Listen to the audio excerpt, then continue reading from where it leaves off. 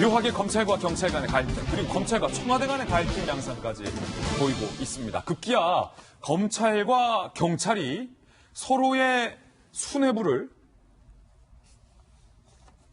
물어뜯는, 수사를 하는 지은 풍경까지 벌어졌습니다. 검찰은 전직 경찰청장을, 경찰은 전직 검찰총장을 말입니다. 함께 보시죠. 수사권 조정을 앞둔 검경이 전직 수장의 맞불 수사로 현재 충돌한 상황입니다. 어젯밤 검찰이 강신명 전 경찰청장을 구속시켰습니다. 2016년 총선 당시 친박계를 위한 맞춤형 선거 정보를 수집했다. 경찰 내부에 이 정보 경찰들이 민중의 지팡이 노릇은 안 하고 정치권에 지팡이 노릇을 했다.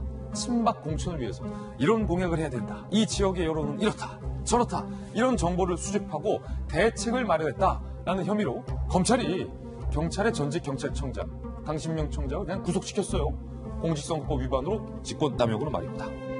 그러자 같은 날에, 같은 순간 경찰은 가만히 있지 않았습니다. 이것 봐라. 아무리 전직이지만 우리 수뇌부를 구속시켜? 경찰도 김수남 전 검찰총장을 입건한다라는 발표를 합니다. 수사에 착수했다라고 아주 세게 맞불을 놨습니다. 그렇다면 김수남 전 검찰총장의 혐의는 무엇이냐? 2016년 부산지검의 A 전직 검사 사건 처리 과정에서 민원인이 낸 고소장을 검사가 위조했는데 이 사실을 검찰 지도부가 무마했다라는 혐의, 직무유기 혐의로 경찰이 전직 검찰총장을 향해서 수사를 하고 있는 상황.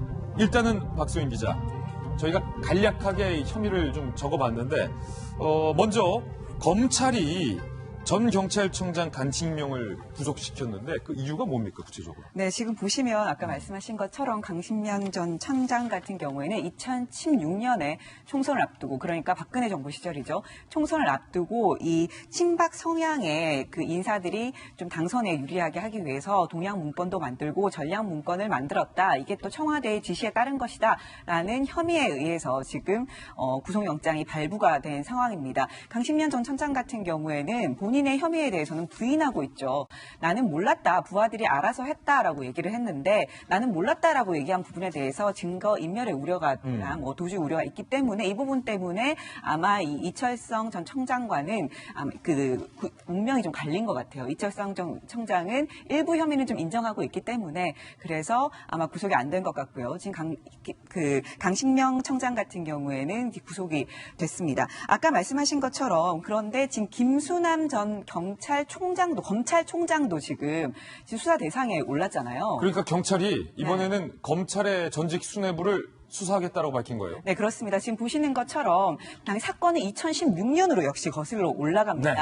부산지검에 한 여검사가 있었는데 이 여검사가 민원인의 고소장을 잃어버려요. 그래서 이 고소장을 본인이 이제 이 사건을 좀 무마하려고 고소장을 위조를 합니다.